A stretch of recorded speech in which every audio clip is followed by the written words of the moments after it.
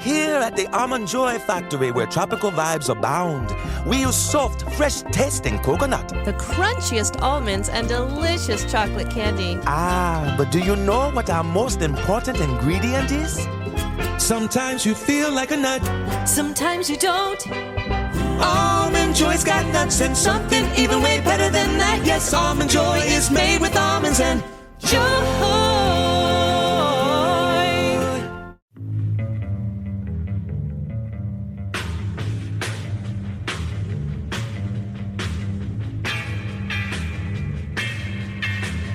This is the Roger Stone Show, presented by Colonial Metals Group. A man who's gone through hell, but he's kept going, and he's smart, and he's strong, and people love him. Not everybody, but people love him and respect him. Roger Stone. Now, here's Roger Stone. Welcome. You're back in the Roger Stone Show, and as I have promised at the very, very end of the show, I'm going to reveal my mother's special recipe for eggplant parmigiana. So if you want to get your pen and paper now, we're going to do that much later. But right now, we are joined by Stephen Moore. Stephen Moore is an economist and author recognized for his advocacy of supply-side economics and free market policies. He was a founder of the Club for Growth in 1999. In more recent years, Steve Moore co-founded the Committee to Unleash Prosperity. That was in 2015, alongside Arthur Laffer, my 77 WABC colleague Larry Kudlow, and Steve Forbes. These are the four horsemen of economic prosperity. They focused on promoting free economic growth through free market principles. He also served as President Donald Trump's 2016 presidential campaign advisor for economic policy, contributing tax and economic strategies. And in 2019, President Trump nominated Steve Moore to a position on the Federal Reserve. However, Steve Moore withdrew from consideration when bipartisan opposition didn't want a free thinker on the Federal Reserve. Steve, thank you very much for changing your schedule to accommodate us today. Hey, Roger, great to be with you. And I know you were with Donald Trump before any of us were, so I've always admired that about you. I didn't meet him until early 2016, right when his candidacy was going forward, and you had met him many years before that, and really were one of the first people who made this all happen. So thank you.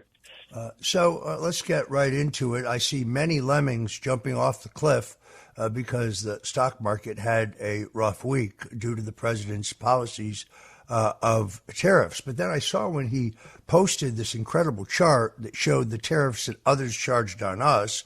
And the president wasn't kidding when he said his tariffs are gentle in comparison. So what do we say to these lemmings who say that the president's policies on tariffs are going to cause a recession?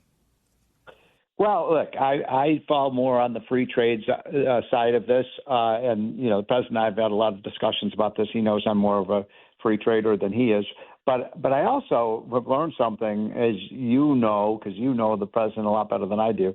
This guy is a master negotiator, and he will negotiate a great deal for the United States. And I feel confident that this is going to turn out really well for the United States. And I think at the end of the day, we may have freer and fairer trade, which is what I would love to see, and I think the president would too. And by the way, the president is also factually correct, regardless of what you think about Trump's trade policy. He is factually correct that virtually every country in the world has higher tariffs and higher non-tariff trade barriers that restrict our exports to their markets than we impose on them. And what Trump is really calling for here is a level playing field. Let's make it fair, and everybody wins in that circumstance. So, it's been a tough week. Let's face it. I mean, the last week we saw a big decline in 401k plans and in the stock market. But I do believe once this gets resolved, and I think it'll get resolved pretty quickly in Trump's favor, I think the market will bounce back. So I don't want people on the ledge right now. I want to take their hand and nudge them back in off the ledge, because I think this is going to be good. And incidentally, stocks are really cheap right now. And I'm not saying the stock market sell-off is over, but I'll tell you this: if you buy these stocks today, Roger, at these prices, and you hold on to them for a couple of years of Trump's presidency, you're going to make a lot of money. I tend to agree with you. I'm not a lover of tariffs. I actually think in his heart, either is Donald Trump. He does like to use them as a cudgel to get a better deal. If he could have no tariffs, that's what he would prefer.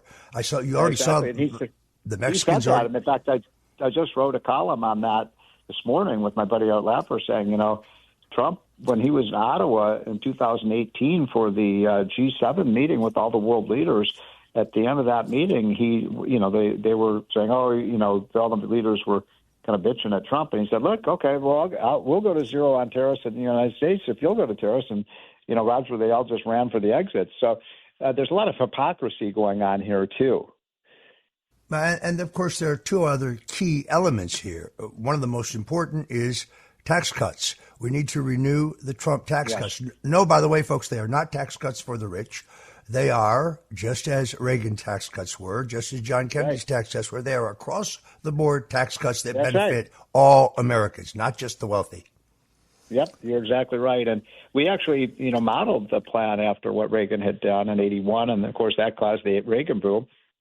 And when Larry Kudlow and I first sat down with Trump, and we kind of just put on the back of his notepad some of the ideas there, and that became the original idea, but it was to reduce tax rates for everybody. I want to make sure that every one of your listeners understands something, Roger, this, because the polls show only half of Americans are aware of this, that if we don't get this done, if continue to obstruct, and every Democrat in the House voted against the tax bill, we're talking about the largest tax increase in American history on January 1st.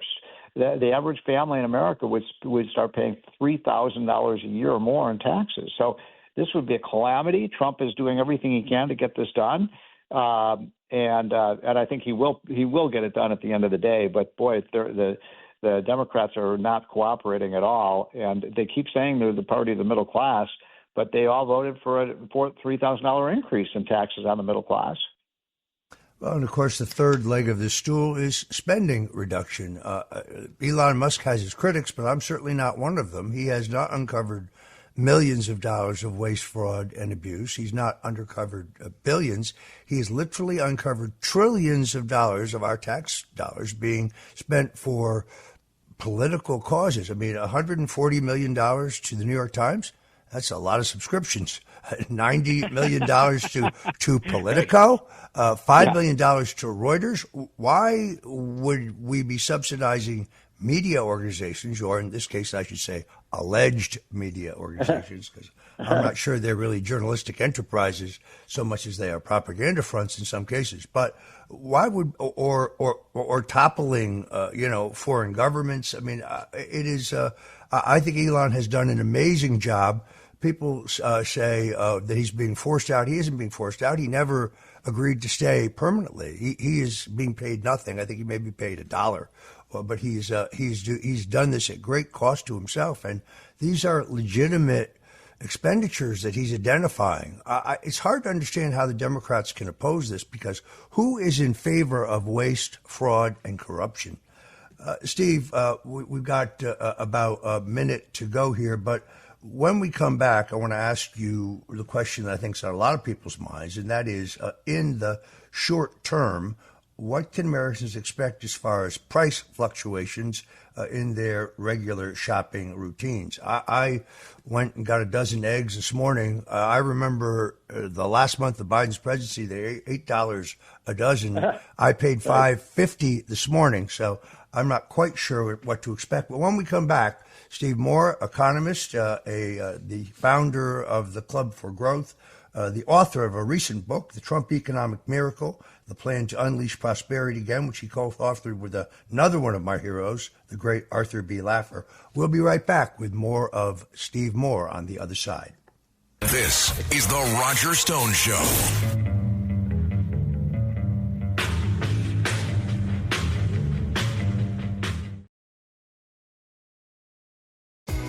This episode is brought to you by Temptations Cat Treats. Your cat will come running for the perfectly irresistible Temptations Creamy Puree and Temptations Lickable Spoon Cat Treats. The best time to feed lickable cat treats to your cat is anytime. feed by hand for a playful moment, in a bowl for a creamy treat, or as a topper to make mealtime fun.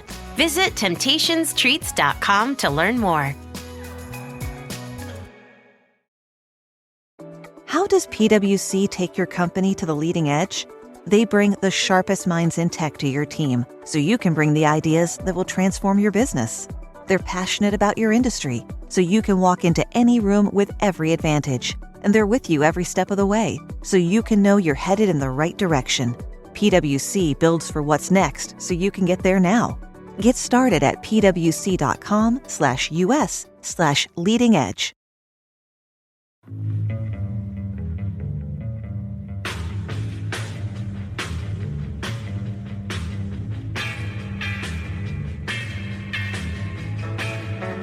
Richard Nixon, Ronald Reagan, George W. Bush, and Donald Trump. They went after a guy named Roger Stone, who's sitting in the office. And I'll say this in front of Roger, he's no baby. And right now, he's cleaner than anybody in this place. No, they treated him very unfairly. All of these presidents relied on one man to secure their seat in the Oval Office. That man is Roger Stone. Roger Stone. This is the Roger Stone Show, presented by Colonial Metals Group. Now, here's Roger Stone. And we're back on the Roger Stone Show. We're talking to economist Stephen Moore. Steve Moore continues as an informal advisor to President Donald Trump after serving as the economic advisor to the president's 2016 campaign. And we're talking about our current economy. So, Steve, my question before the break, what kind of price increases can the average American consumer expect here, both in the short term and the long? Well, I wanted to go back, Roger, to something else you said right before the break, which is you talked about what Elon Musk is doing. And I just want to tell you, I have so much admiration for this man. And I think he is a patriot. And I would urge all your listeners, if you haven't watched the interview that Elon Musk had about a week ago with Bret Baier, with 6 or 7 of his other executives who've helped run that Department of Government Efficiency, you got to watch that, because it is incredible what these guys are doing in terms of, and these are top experts. They're volunteering their time. They are some of the smartest people you'll ever meet. They're creating great companies, and they're taking time off of their companies at no pay to do their patriotic duty to find, as you just described, hundreds of billions of dollars of waste in our government. And for that, they are treated like villains. It is the most bizarre things, Roger, you and I have both been in politics a long time. I've never seen anything like this. They should be treated like war heroes, and the left is spray painting the Teslas. They are acting like Elon Musk is some kind of a villain. I really do not understand the left's mentality. I mean, even if you – and look, I'm a libertarian. I believe in very limited government. But I have many friends who are bleeding heart, good friends of mine, bleeding hearts, and they believe government can do good things for people. But even if you believe that, you should be against government waste and inefficiency and fraud and criminal activity.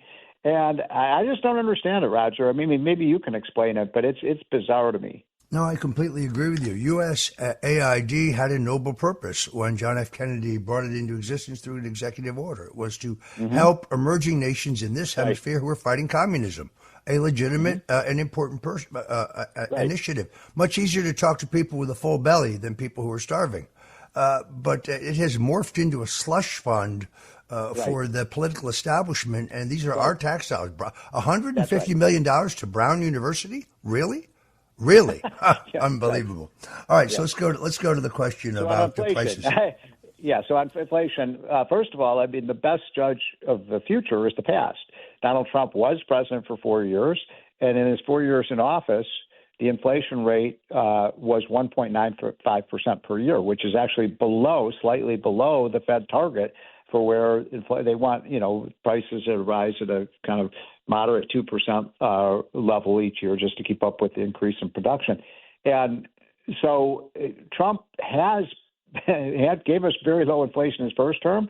I believe he will bring in prices down because everything he's doing, with the exception of tariffs. Now, tariffs may raise prices a little bit, but everything else he's doing, the deregulation, what I just talked about, the DOGE idea of saving hundreds of billions of dollars in terms of increased productivity of our government. The fact that he wants to produce more oil and gas, which will drive prices down at the pump, which is already happening. Everything Trump is doing is pro-business, pro-production. One of the reasons, by the way, Roger, that they call people like Arthur Laffer and Larry Kudlow and Steve Forbes and I supply-siders is we believe the best thing government can do to help the society is increase the productive capacity of the nation. And Trump, of course, believes that as well. The more you produce, and let me put it very simply, because even people at the Federal Reserve Board don't understand this. It's a very simple concept. Roger, if the production of apples goes up, what happens to the price of apples? Price of apples goes up. If the production goes up, the price goes down, right? And so a lot of these people just don't understand this. Trump gets it. He will keep inflation well below the targeted level, and we'll see. I think we'll see gas prices well below $2.50 a gallon. Yeah, I misunderstood your question, but yes, I sorry. Yeah, I framed it wrongly. The more apples, the lower the price. The fewer the apples, the higher the price. Yes. Right. So do you think this recent drop in the stock market will cause investors to make a major move into treasuries? I'm sorry, say that again? Do you think the recent drop in the stock market will cause investors to make a major move into treasury bonds? I think right now, just because of the unknown factor about what's going to happen with these tariffs, I think people run to safety, and so there's been an increase in the number of people buy gold. Gold price has risen. People will invest more in cryptocurrencies and that kind of thing. But this is a rough patch right now. Look, I've lost a lot of money in the stock market. Probably a lot of people listening to the show have lost money. What I'm here to tell you is this is a temporary adjustment that's being made, and Trump will win because you've been around him. This guy's a winner, and when he wins, the kind of panic is going to be over. We'll return to even stronger economy, and prices will be stable because Trump understands that you got to have stable prices if you want a strong economy. With about 2 minutes to go, I guess here's the toughest question. What is the role of the Federal Reserve in all of this? And if you were running the Fed, what would you be doing? Every time I see Donald Trump, and I laugh, I say, Mr. President, one of the biggest mistakes you made is your first term. And he laughs his head and he says, yeah, Steve, it was Jerome Powell, wasn't it? And I say, yes, you should not have appointed him. Jerome Powell has been a disaster. He thinks he's the king. He thinks he's the president. But I believe that we need somebody in the Federal Reserve Board that holds our prices stable. And here's the problem with Jerome Powell and the kind of liberal mindset. They believe that growth causes inflation. That's crazy. Prosperity doesn't cause inflation. It's recessions that cause inflation. And so we need to get somebody in the Fed. And by the way, his term is up in 1 year, as you know, less than 1 year. And Trump, if he doesn't replace him before that, is going to put somebody, how about Larry Kudlow, or how about Steve Forbes or Art Laffer running the Fed? Somebody who knows how the economy works. Wow, I second those nominations. That would be absolutely amazing. By the way, tariffs don't cause inflation. China has the highest tariffs in the world. They have deflation. They have virtually no inflation. That's another great falsehood of the American left. Right. All right, I want to thank Stephen Moore for interrupting his extremely busy schedule to be with us today. I personally think this short-term drop in the stock market is worth the cost of improving the economic prosperity of every American, young and old. I really think we're about to enter a golden age, an unprecedented age of peace, prosperity, security, and justice. Steve Moore, thank you so much for joining us right here on The Roger Stone Show. This episode is brought to you by Loom by Atlassian. Are you feeling stuck at work? Get your team unstuck with Loom video messaging and move work forward. Use Loom to simultaneously record both your screen and yourself to share a quick update, provide feedback, train a colleague, and everything in between. Plus, add Loom AI to your meetings for instant written notes and recordings. Try Loom today at Loom.com. That's LOOM.com. This episode is brought to you by Buick. Buick certified service technicians are factory trained to fit your vehicle with the tires specifically developed for it. And with our tire price match guarantee, you get the best fit for the best deal. Buick, exceptional by design. Available on select eligible tire brands at participating dealers only. Offer ends 12/31/2025. Terms apply. See dealer for complete details. Visit Buick.com/service to learn more. This episode is brought to you by MeUndies. Underwear drawers are like the Wild West. You never know what you're going to pull out or what shape it's in. So upgrade your collection with the buttery soft comfort of MeUndies. MeUndies' signature fabric is as soft as a warm hug from your favorite sweater. Plus, it's breathable and oh so comfy, making it ideal for all-day wear. Get 20% off your first order, plus free shipping at MeUndies.com/Spotify with code Spotify. That's MeUndies.com/Spotify, code Spotify.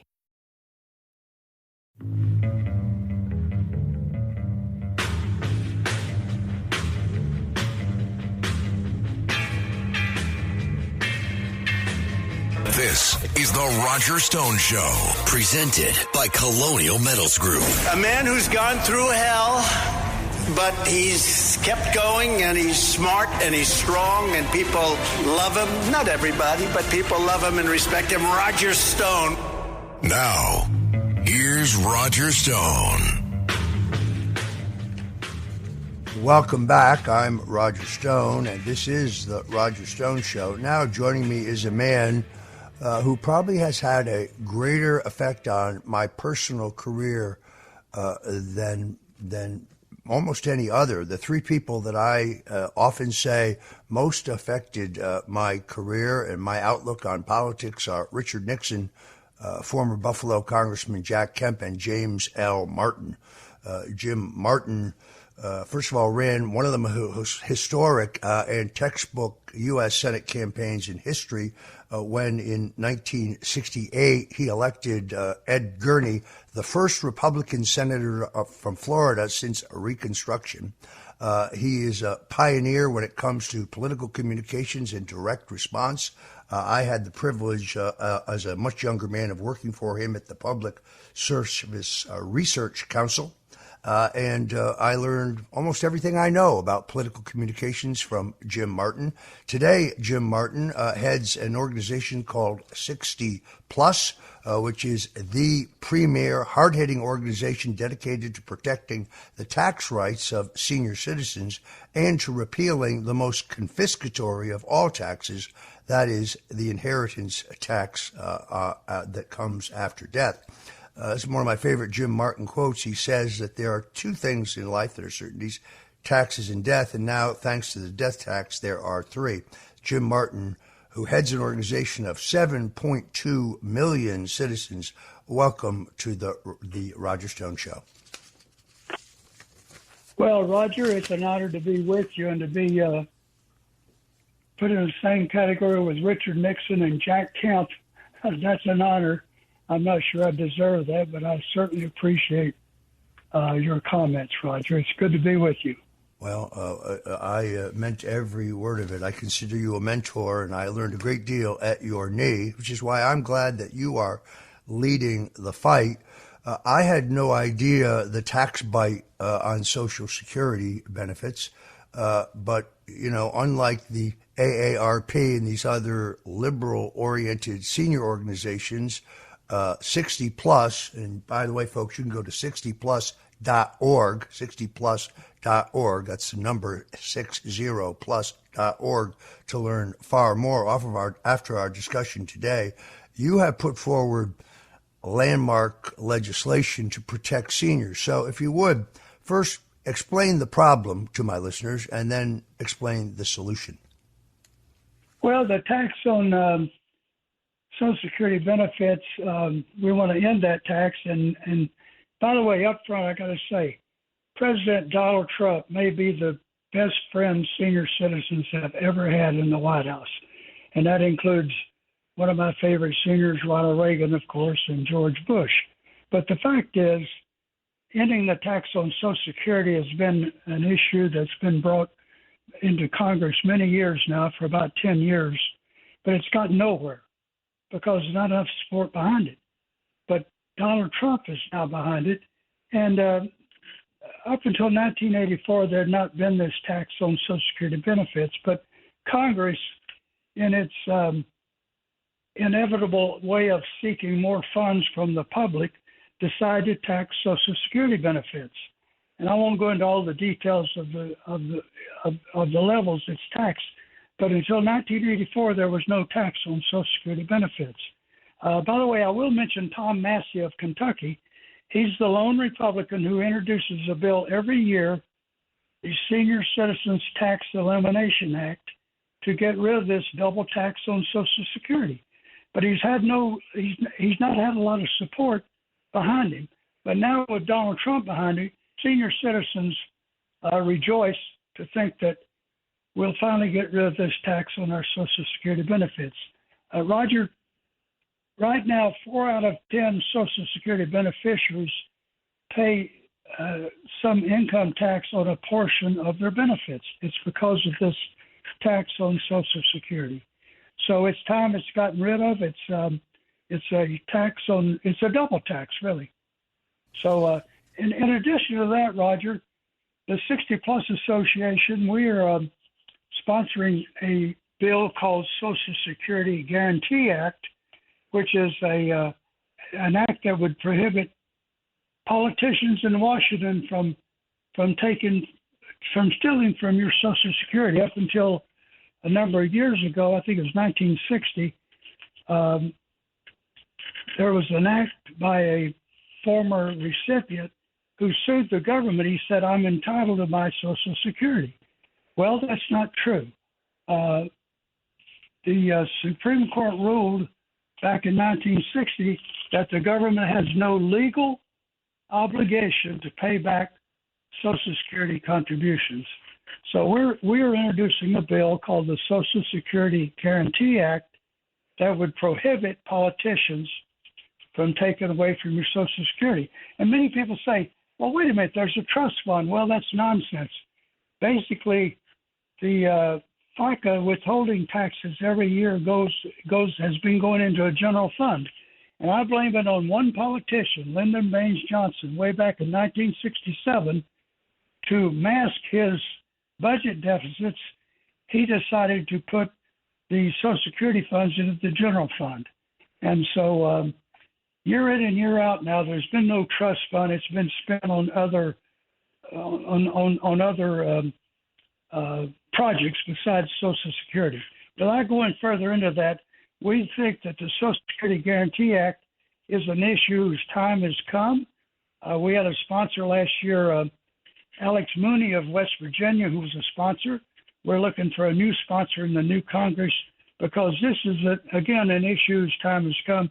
You can poll senior citizens around the country, and 95% will tell you, no, they did not know that the government did not have a legal obligation to pay their Social Security. And when they hear that, they're all behind the bill to guarantee that we'll get our Social Security. Well, you beat me to the punch. I was going to lay this at the feet of the man who started dipping into the Social Security Trust Fund. That would be good old LBJ. Anybody who listened to our show last weekend knows that in 2013, I wrote a New York Times best-selling book in which I make the comprehensive case using eyewitness evidence, fingerprint evidence, and deep Texas politics that Lyndon Baines Johnson was involved in a cabal to assassinate President John F. Kennedy. It's interesting, this past week, Jim, in the congressional hearings on the JFK assassination documents, Congresswoman Lauren Boebert mistook me and Oliver Stone, and she said, Mr. Stone, you wrote a book in which you said LBJ did it. And Oliver Stone said, no, I didn't say that. I said in my movie that I thought he was complicit in the cover-up. Well, I wrote the book that said he did it, The Man Who Killed Kennedy, the case against LBJ. That's a conversation for another time. But you're absolutely right. I think that the Social Security Guarantee Act is vitally important because this is a famous tactic of the Democrats. I saw Chuck Schumer and AOC, who, let's face it, I hope she's their presidential candidate in 3+ years. Wouldn't that be great? I heard both of them saying Donald Trump is planning to cut Social Security benefits and Medicare. those folks are lies. That is simply not true. I've known Donald Trump for 50 years. He hates it when I say that because he says it makes both of us sound old. But he, from the beginning of his first foray into politics, he's made it abundantly clear that regardless of the law, which, as our guest today, Jim Martin, points out, does not guarantee you get paid back, he has no intention whatsoever of cutting Social Security or Medicare benefits, and he considers them a sacred trust. But the law that Jim Martin talks about would prevent them from trotting that tired old saw out in every single election, which they do. So when we come back with Jim Martin, I want to talk about 60 Plus. This is one of the most dynamic organizations in the country, almost 7.5 million members, hopefully a lot more after this show is over. They are out there fighting to protect seniors. They're also out there fighting disinformation about Social Security. They're doing the job that AARP should be doing, but really isn't doing. Don't go away, because we'll be right back with the great James L. Martin after this break. Now, it's time for Protecting Your Future, sponsored by Colonial Metals Group. Here's Roger Stone. In these turbulent economic times, with the Federal Reserve printing money like it's going out of style and answering to no one, with more than 100 lawsuits trying to prevent Elon Musk and his Doge from cutting waste, fraud, and corruption in federal spending, now is the perfect time to protect your savings, to protect your retirement by acquiring precious metals like gold and silver. Gold has protected wealth through every kind of economic crisis in our history. And the people that I trust, the experts, are at the Colonial Metals Group. These are the only people I trust to help bulletproof your retirement and bulletproof your wealth with gold. So go to colonialmetalsgroup.com/stone, colonialmetalsgroup.com/stone, or go to freegoldguide.com, and they can tell you all about it. Go to the folks at Colonial Metals Group. You'll be glad you did. This is the Roger Stone Show.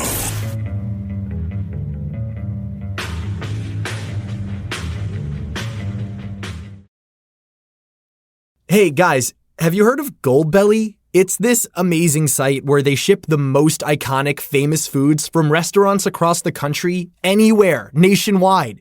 I've never found a more perfect gift than food. They ship Chicago deep dish pizza, New York bagels, Maine lobster rolls, and even Ina Garten's famous cakes. So if you're looking for a gift for the food lover in your life, head to goldbelly.com and get 20% off your first order with promo code GIFT. Hi, this is Joe from Vanta. In today's digital world, compliance regulations are changing constantly, and earning customer trust has never mattered more. Vanta helps companies get compliant fast and stay secure with the most advanced AI, automation, and continuous monitoring out there. So whether you're a startup going for your first SOC 2 or ISO 27001, or a growing enterprise managing vendor risk, Vanta makes it quick, easy, and scalable. And I'm not just saying that because I work here. Get started at vanta.com.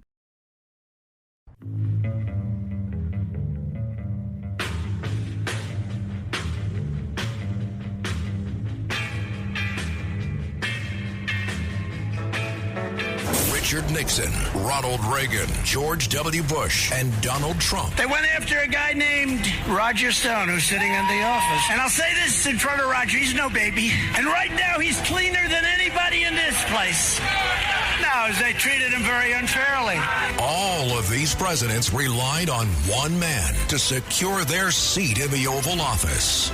That man is Roger Stone. Roger Stone. This is the Roger Stone Show, presented by Colonial Metals Group. Now, here's Roger Stone. And we're back. It's the Roger Stone Show. And I'm talking to a man I consider one of my mentors. Jim Martin is the head of 60 Plus, a vibrant, dynamic, fighting senior citizens organization that is fighting for the Social Security Guarantee Act. It was from Jim Martin that I learned the art of copywriting and the importance of the order of insertion. So I'm really honored that he is able to join us today. I say after every show that I learn something in every show, and I honestly did not know this. So, Jim, what you're telling me, I knew that LBJ had begun the dipping into the Social Security Trust Fund to pay other expenses, which has really left the system weakened. And I also had read that by 2033, the fund will not be able to meet all of its obligations to people who paid into it. But what you're telling me is that senior citizens who paid their payroll taxes throughout their entire lives could actually be left holding the bag when it comes time for retirement, that there's no legal guarantee that just because you paid in that you will get your benefits. Is that right? That's absolutely right. There's no legal contractual obligation.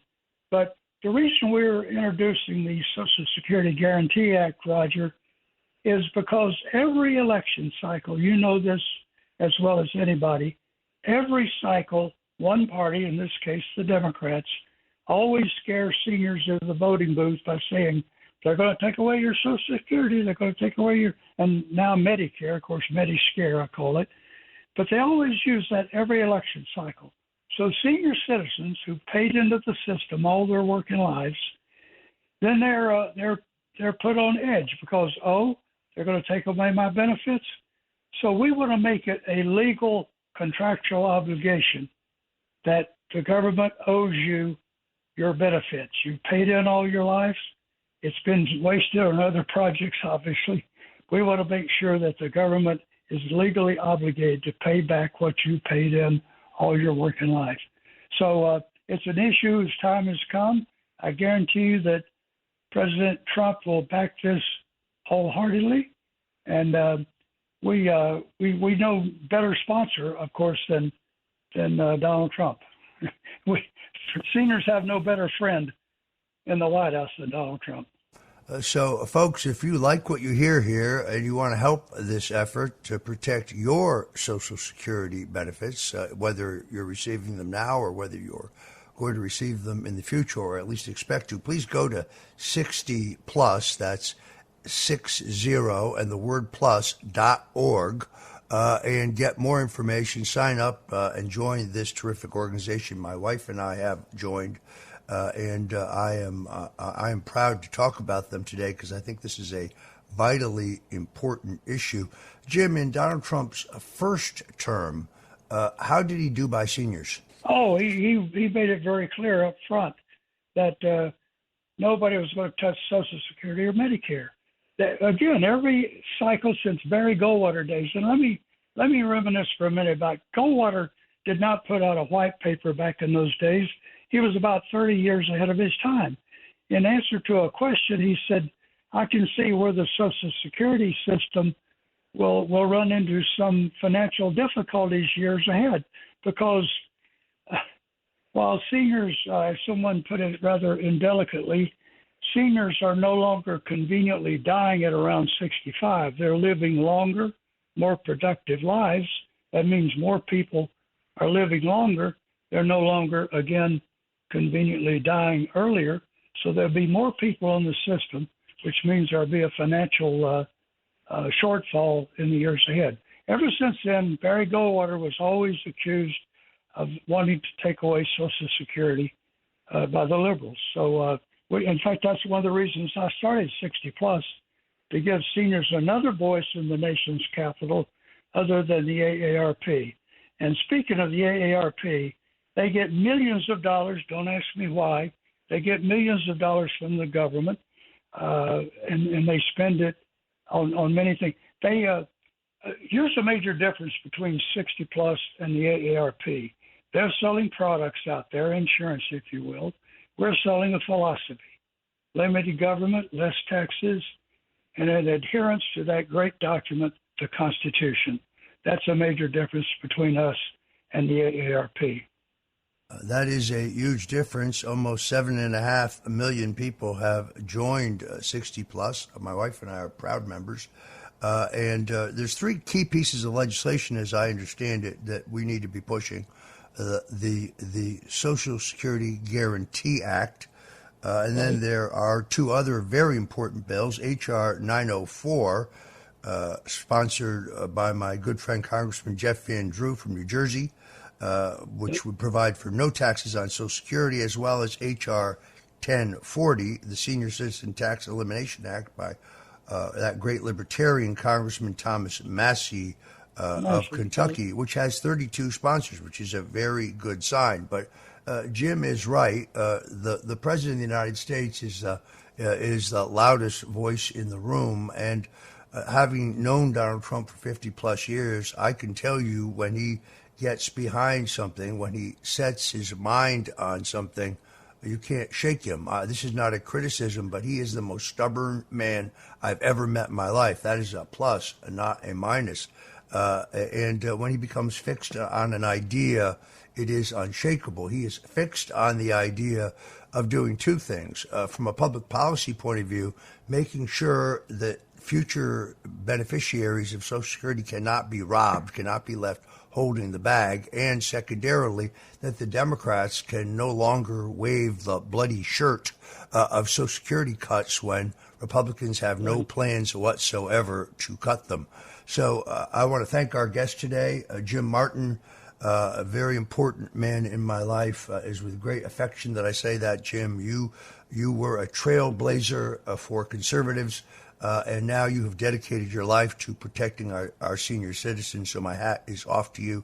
And once again, folks, I urge you to go to 60plus.org. That's the number 60, the word plus, plus.org, to get more information on the organization. I urge you to join. I urge you to support them. I urge you to contact your Congress people and tell them to support the Social Security Guarantee Act. This is the wave of the future, but we cannot expect President Donald Trump to do it all alone. So, Jim Martin, thanks so much for joining us today, and God bless you, my friend.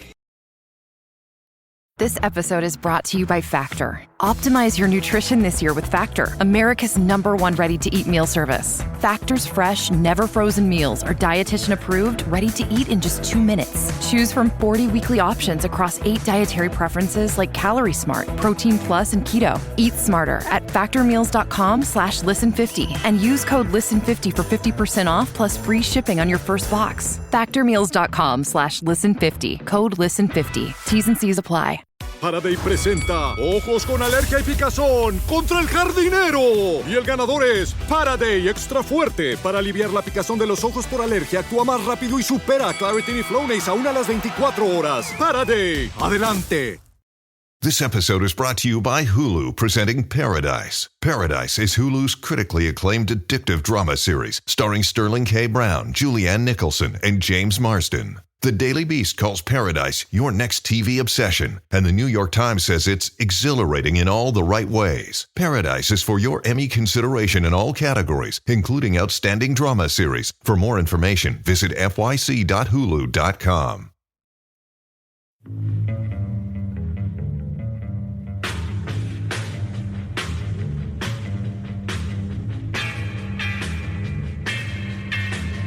This is the Roger Stone Show, presented by Colonial Metals Group. A man who's gone through hell, but he's kept going, and he's smart, and he's strong, and people love him. Not everybody, but people love him and respect him. Roger Stone. Now, here's Roger Stone. You know, I read this week that New York State Attorney General Letitia Tish James, a woman who says no one is above the law, signed a power of attorney regarding a mortgage on a property that she owns in Virginia, in which she said that she intended to make that property her principal residence within 60 days. She signed this document only weeks last year before Donald Trump's trial, the so-called evaluation trial. And I've examined this document, and one of two things are true. Either she is guilty of mortgage fraud because she's a resident of New York, or if it's true, she's constitutionally ineligible to be the Attorney General of the state of New York. The man who ferreted this information out is Sam Antar, and he published the documents, the relevant documents, on his website, whitecollarfraud.com. Now, Sam Antar has had an interesting career. He went from being a former certified public accountant whose career trajectory took a remarkable turn when he was convicted in one of the largest financial and securities fraud schemes in history. But after paying his debt to society, he has reinvented himself, utilizing his forensic expertise, helping government agencies, law enforcement organizations, law firms and accounting firms, independent investment research firms, and hedge funds investigating when they do their due diligence. He is a genius. By the way, he's not a Republican. He is not a Trump supporter. He is not in the employ of anyone. He is a prolific researcher and author, and he joins us now. Sam Antar, welcome to the Roger Stone Show. Thank you, Roger, for having me on. This is an amazing finding. I'm kind of shocked, given the legal implications of the document that you discovered, that this isn't page one of the New York Times. Sometimes they like to try to kill the messenger. In this case, they ought to pay attention to the message. Tell us about this document, and then we'll reel back and talk about the entire mortgage history of the chief law enforcement officer of the state of New York. All right. In 2023, she purchased the property with a relative as joint tenancy with rights of survival in Virginia. It's in Norfolk, Virginia.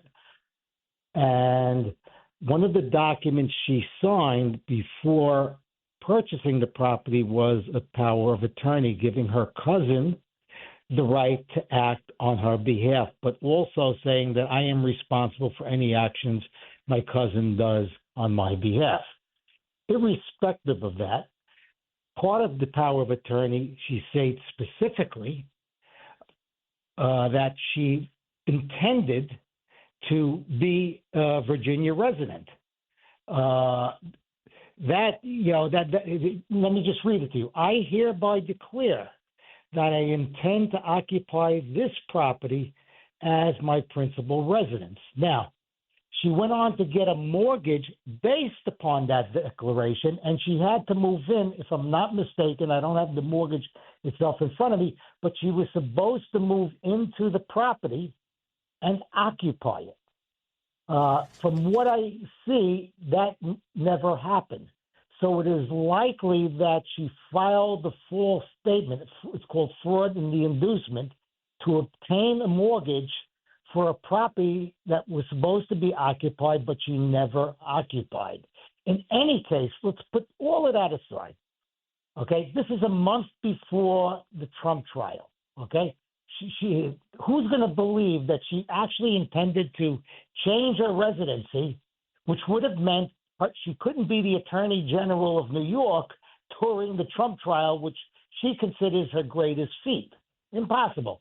So that is the problem that she has on this specific document. She induced a favorable mortgage based upon her representations that she intended to occupy the property, which she did not. Okay, and also the fact is, if she did occupy the property, that means she should not be the Attorney General. No answer for her is any good. And then you have a third part that I didn't mention in my blog, is that she also has to file financial disclosures to New York State, personal financial disclosures. Since this is not a second home mortgage, okay, and it is not her primary residence, she should have disclosed this on her filings with New York State, where she has to list her financial assets and liability. That's another strike against her. So this was not like some boilerplate document. This is a standalone legal declaration, correct? That is correct, and she signed it. It was notarized, I think, in front of two individuals. The document was signed in New York for a property in Virginia, which makes it a federal offense, potentially mortgage fraud, mail and wire fraud, sending a phony statement through the instrumentalities of interstate commerce. So she's in deep trouble on this, as a whole host of other things. Yeah, so let's stay focused on the Virginia property for a second, because there's a whole separate issue of issues surrounding her principal residence, which I believe is in Brooklyn. And by the way, that's a matter of public record. We don't dox people here. But she's made other misrepresentations regarding this property in Virginia, as I recall. Well, she has two properties in Virginia. The one we just discussed was the one on Sterling Street. There's another property in Virginia that's on Caroni Avenue that she purchased in 2020. There she owned the property all by herself. She purchased it for about $138,000, took a $108,000 mortgage on it. The interesting thing about that property was she showed the property on a New York State financial disclosures, but did not show the mortgage which she used to purchase the property on her financial disclosures. And then 2 years later, she says she got two mortgages on that property in the amount of approximately $250,000 to $400,000, and those two mortgages are nowhere in any property reports. They did title searches. Went through the documents. Had people go through the documents at the county clerk's office. Those two mortgages are ghosts.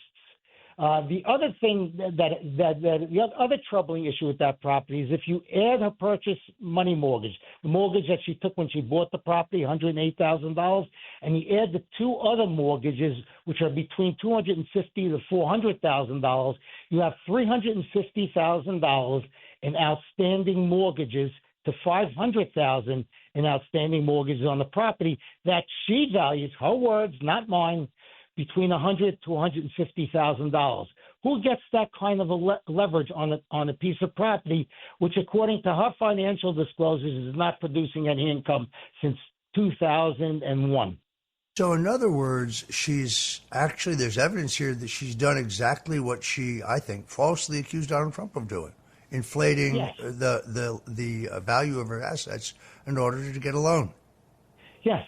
Either she inflated the value of her assets to get a loan, or she filed false statements with the state of New York, or she committed mortgage fraud. In other words, no option, no answer that she can give helps her. Yeah, and the weird thing is that the New York Times and the New York Post are not calling her and asking these questions. Because, as she likes to point out so often, no one is above the law. I saw her on the computer over the weekend speaking to Al Sharpton's National Action Network, and she said, I ain't afraid of no Donald Trump. We'll talk about this when we get back. We'll be right back with Sam Antar of White Collar Fraud. Don't go away. This is The Roger Stone Show.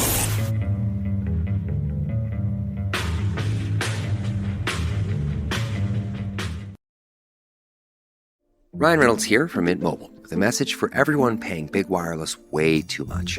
Please, for the love of everything good in this world, stop. With Mint, you can get premium wireless for just $15 a month. Of course, if you enjoy overpaying, no judgments, but that's weird. Okay, one judgment. Anyway, give it a try at mintmobile.com/switch. Upfront payment of $45 for 3-month plan, equivalent to $15 per month required. Intro rate first 3 months only. Then full price plan options available. Taxes and fees extra. See full terms at mintmobile.com. Smartwater Alkaline with antioxidant. 9.5 plus pH, now in cans. Refreshing. Made for every way you move. Should I run a marathon? Let's start with finishing that water. Smartwater Alkaline with antioxidant, now in a sleek can. For those with a taste for taste. Grab yours today.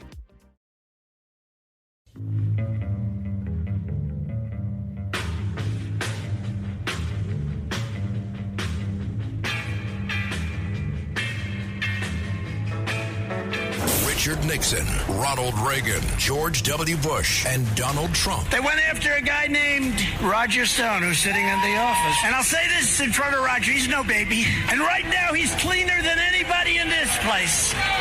No, they treated him very unfairly. All of these presidents relied on one man to secure their seat in the Oval Office. That man is Roger Stone. Roger Stone. This is the Roger Stone Show, presented by Colonial Metals Group. Now, here's Roger Stone. And we're back. We're talking to Sam E. Antar, who has had an amazing career trajectory. He was a certified public accountant. He was involved with one of the major consumer electronics chains in the United States in the 1980s. I'm sure you remember it, Crazy Eddie's. He was convicted in one of the largest security fraud schemes in history. He paid his debt to society, and after doing so, he has dedicated his life to ferreting out corruption through his unique forensic accounting and research skills, where he has worked for government agencies, law enforcement organizations, law firms, and others searching for the truth. He has an amazing website at whitecollarfraud.com. The amazing thing, Sam, about your website is that you link to all the actual documents. So if you don't believe anything we're talking about today and you want to check it out for yourself, you can go there. And there are links to all of these controversial documents with the signatures on them. You can see for yourself whether we are bringing you the stone cold truth, because, well, we are. On the overall issue of mortgage fraud, we have talked about this conundrum of the New York Attorney General, Tish James, who signed a sworn statement saying that she intended to become a resident of Virginia within 60 days in order to secure this mortgage, which would make her legally ineligible to be the Attorney General of New York. By the way, I checked the law. Moving out of state automatically vacates the office, or the office is declared vacant. This is not the only mortgage problem she has had. At 24 years old, she obtained her first mortgage for a home. And in that transaction, she represented that her father, whose financials she relied on to obtain the mortgage, was her husband, but he wasn't her husband, he was her father.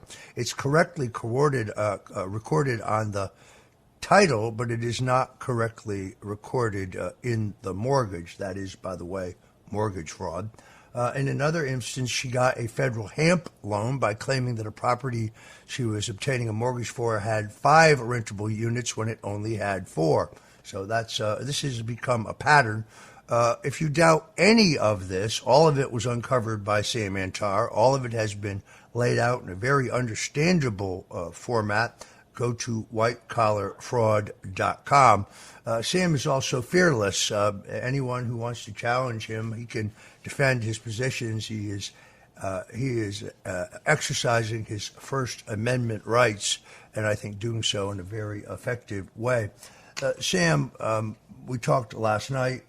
You're not a Republican. You're not a Trump supporter. You're not political, really, other than you criticize politicians of both parties when they do things wrong, and you document everything you report.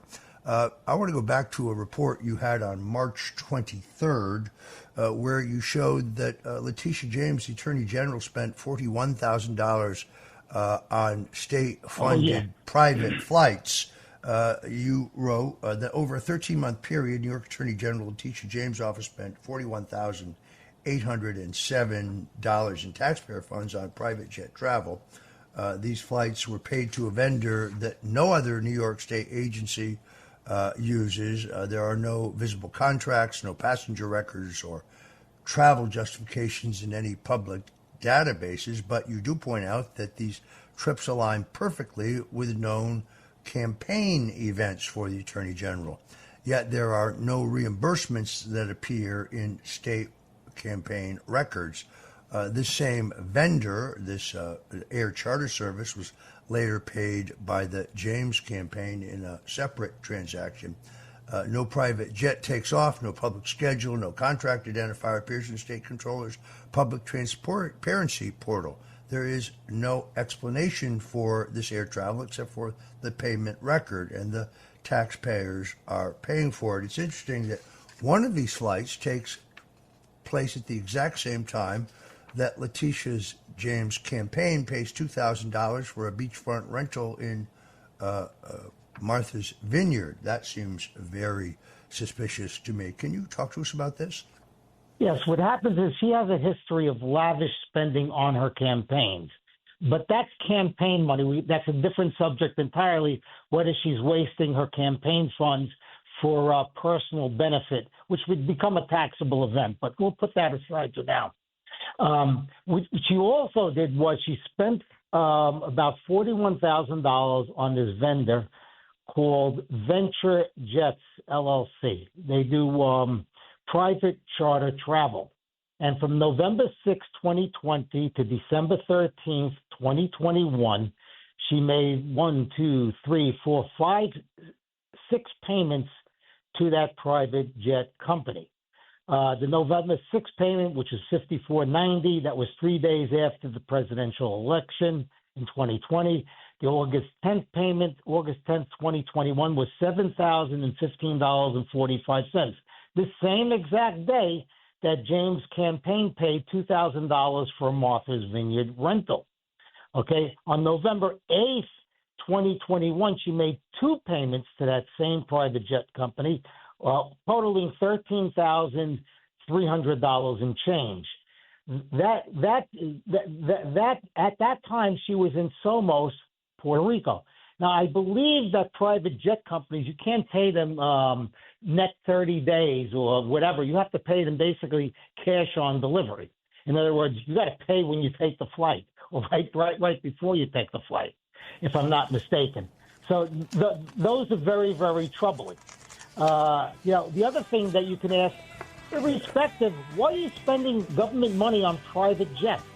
All right, Sam, I'm afraid we have to wrap it up there. I want to thank our guest, Sam Antar, truth teller. And we'll be right back with that eggplant Parmesan recipe coming up next.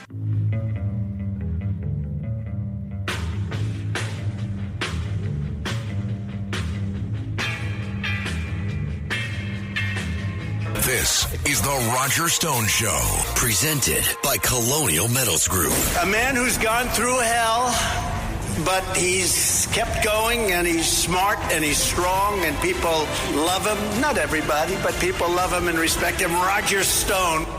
Now, here's Roger Stone. And you're back at the Roger Stone Show. If you're a regular listener, you know we talk news, history, style, culture, and food. And as I have promised, before the end of the show today, my mother's recipe for eggplant parmesan, or parmigiana di melanzane, as we called it at home. But before we do that, I want to talk about little Laura Loomer. Now, one of the real problems with the first Trump administration, and I think Donald Trump was a great and transformational president in his first term. He brought us unprecedented economic prosperity, rebuilt our military capability, appointed scores of conservative judges. We had record low inflation with billions of dollars coming back into the country to be invested here thanks to crucial tax changes. And he delivered the deepest tax cut in American history to American taxpayers. But if there was a problem, it was not Democrats, but establishment Republicans, rhinos, who worked their way into this administration with a secret agenda to derail, delay, or dilute the Trump America First agenda. This is not happening again, thanks to the work of independent journalist Laura Loomer, among others. Reports have indicated that at least 3 members of the National Security Council, a crucial advisory board that advises President Trump on military and foreign policy issues, were fired after the feisty independent journalist Laura Loomer briefed the president, also Vice President J.D. Vance, and other high-ranking cabinet members at the White House. The New York Times actually reported that 6 members of the NSC staff were fired by Trump after Loomer's White House meeting, where she laid into anti-Trump infiltrators who had gotten into the administration. National Security Advisor Mike Waltz reportedly already feeling the heat for allegedly letting a journalist from The Atlantic into a Signal chat where administration officials were discussing the details of a bombing campaign in Yemen against the Houthis, which the president correctly ordered, reported, according to the New York Times, defended his employees, which turned out to be, I guess, a futile effort. 3 of these individuals included one, Brian Walsh, who was serving as Senior Director for Intelligence, also Thomas Boudry, who served as a Senior Director for Legislative Affairs, as well as Maggie Doherty, who served as a Senior Director for International Organizations. Mike Walsh, who is a friend of mine, a very able guy, has nonetheless brought many of his associates into the NSC, and I agree with those who believe we need a complete house cleaning. Remember, it was members of Donald Trump's own National Security Council staff who cooked up the Russian collusion hoax in an illegitimate and illegal effort to take him down. Now, the New York Times correctly reports that Laura Loomer says that I am her mentor, and she is my friend, and I love her dearly. I'm not responsible for everything she says and writes. She is a free spirit. She's a woman of enormous courage and enormous energy. Our private conversations will remain exactly that, private. But in this case, I think she has done a great service to our country. It was funny to watch Caitlin Collins. I loved watching the president put her in her place during that town meeting during the recent presidential campaign, asking, who invited Loomer to the White House? Well, I have an answer for you, Caitlin. The president invited her. That's who. Laura Loomer said, it was an honor to meet with President Trump and present him with his research findings. Loomer said that on X after her meeting. I will continue working hard to support his agenda, and I will continue reiterating the importance of and the necessity of strong vetting for the sake of protecting the President of the United States and our national security. Now, Loomer takes a lot of flack. She's kind of like me. She's controversial. You either really like her or you really hate her. She takes a lot of incoming from the fake news media, but they must understand that she is unrelenting and her outspoken style is not going to change. In fact, when she's attacked, she tells me she feels that's when she is right over the target. There is no fiercer or more loyal defender of the president, but she is far, far from a toady.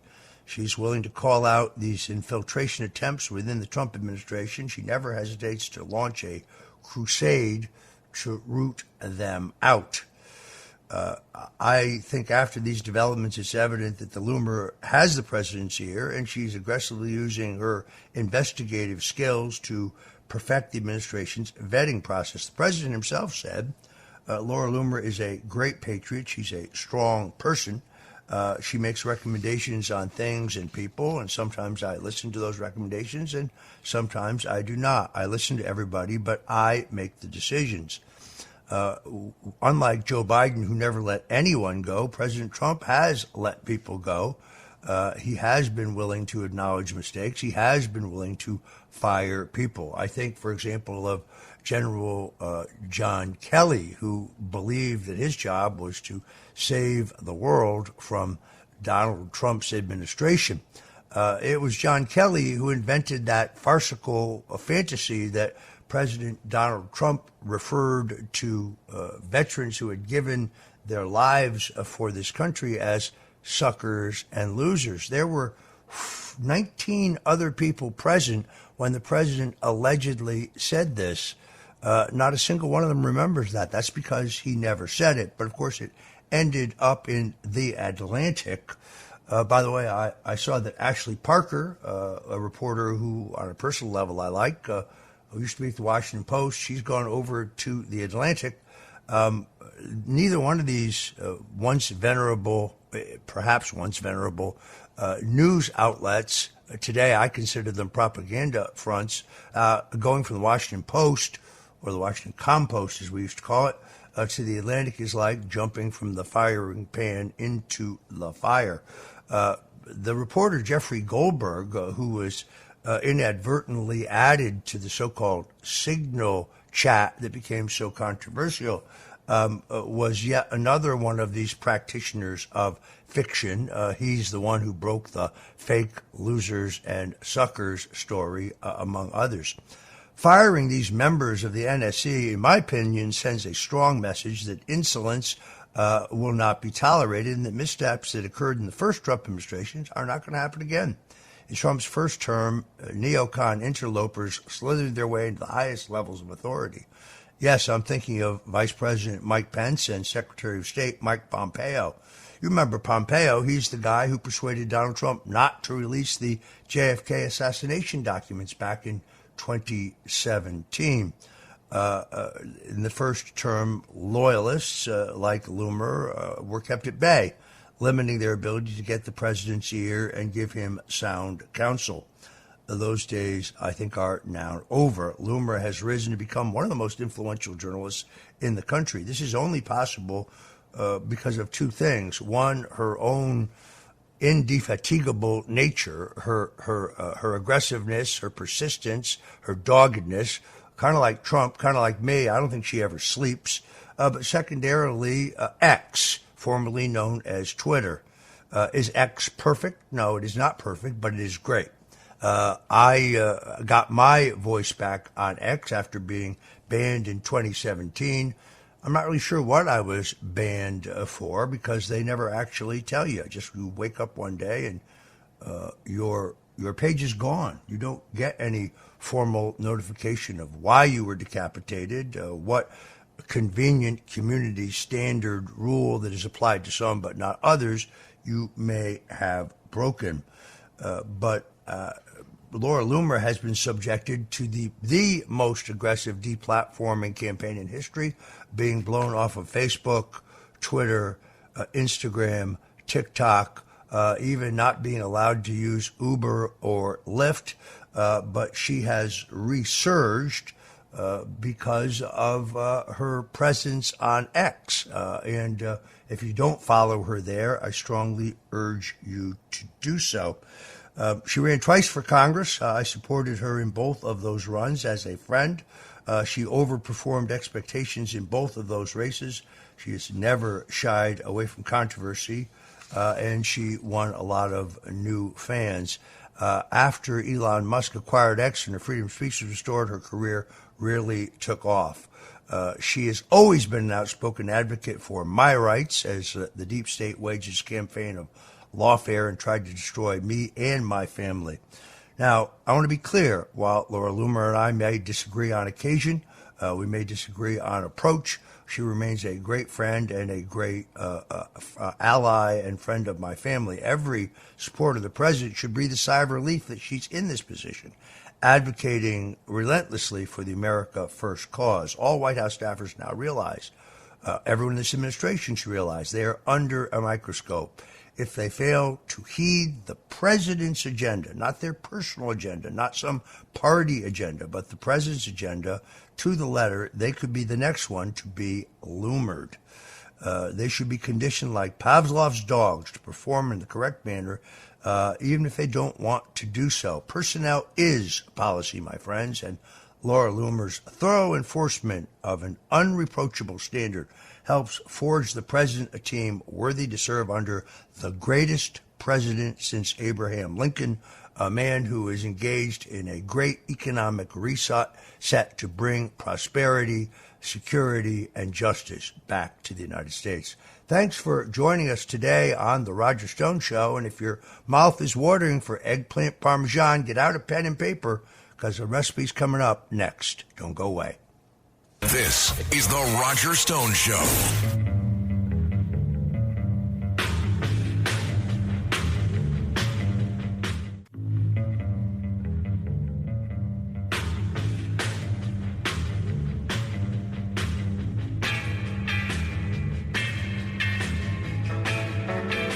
Richard Nixon, Ronald Reagan, George W. Bush, and Donald Trump. They went after a guy named Roger Stone, who's sitting in the office. And I'll say this in front of Roger, he's no baby. And right now, he's cleaner than anybody in this place. No, they treated him very unfairly. All of these presidents relied on one man to secure their seat in the Oval Office. That man is Roger Stone. Roger Stone. This is the Roger Stone Show, presented by Colonial Metals Group. Now, here's Roger Stone. For eggplant parmigiano, or parmigiana di melanzane, as we used to call it at home, here are the ingredients you're going to need. 2 large eggplants, about a pound and a half of pureed tomatoes, 1 medium white onion, finely chopped, some fresh basil leaves, 8.8 ounces of mozzarella cheese cut into cubes, 3/4 of a cup of grated Parmigiano Reggiano cheese, some all-purpose flour just for dusting. I like either sunflower oil or the olive oil that is specifically for frying and sautéing, black pepper and salt, of course, and at least a half tablespoon of regular olive oil. Now, to prepare the eggplant, slice the eggplants into thin rounds about 1/4 of an inch thick.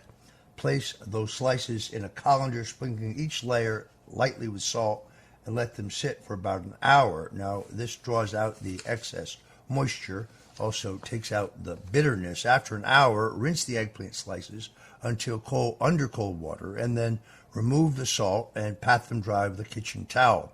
Now, you have pre-made your marinara sauce. We don't have time to do that entire recipe, but our basic marinara can be found on our website or in any cookbook. Just make sure you're using San Marzano tomatoes. That's not a brand of tomato. That is a style of tomato that is specifically grown in a region of Italy. There are many great purveyors, but watch the can carefully. Make sure it doesn't say San Marzano style tomatoes, because if it does, that's a fugazi. That's not the real thing. You need genuine San Marzano tomatoes, plum tomatoes, to make your sauce. Now, lightly dust each eggplant slice with this all-purpose flour and shake off any of the excess. Now, using a large frying pan, heat the sunflower oil or olive oil specifically for sautéing frying over just a medium heat. Fry the floured eggplant slices in batches, cooking each side for a few seconds until lightly golden brown. Transfer the fried slices to a plate lined with paper towels to absorb the excess oil. Now, to assemble your final dish, you've preheated your oven to 350 degrees. You spread a small amount of the tomato sauce on the bottom of a baking dish to prevent sticking.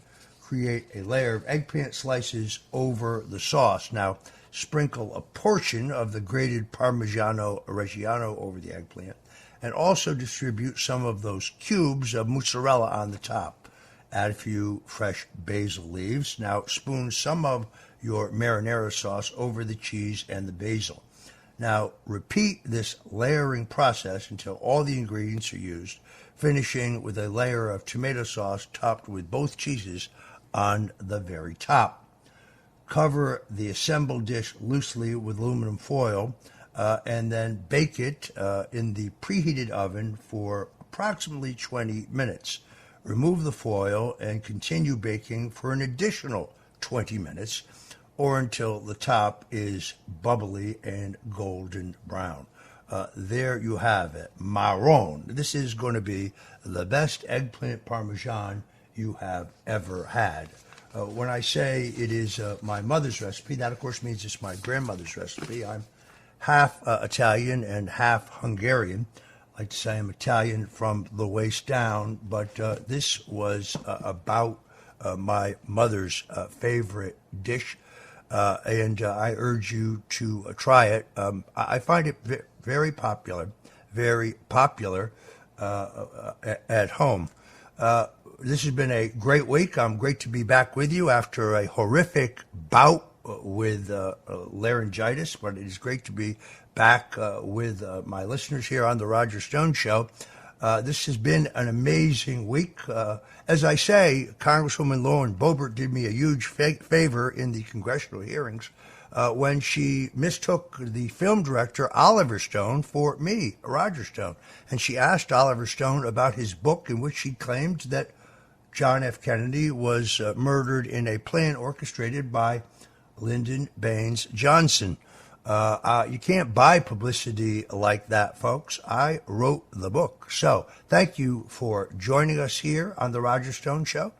And you can always tune in for the mixture of news, history, style, and fashion. And, of course, we love to talk about food. It is also, I want to thank the many, many listeners who sent their emails, their texts, their messages regarding this horrific bout of virus I had in the laryngitis in which I struggled through last week's show. I am about 90%, but I could not miss the opportunity to bring you terrific guests like Steve Moore, who joined us today, Sam Antar, who revealed what should be front page news regarding New York Attorney General Letitia James. And I want to also remind you that you can always go to the 77 WABC app and download it to your phone. Urge you to do that now, and then you will not miss any of the great programming we have here on the network. And also, of course, the Red Apple Audio Networks. I'm a privilege to be in the station of my boyhood, the station I listened to as a kid living in suburban Connecticut. Until the next time, God bless you, Godspeed, and yes, God bless America.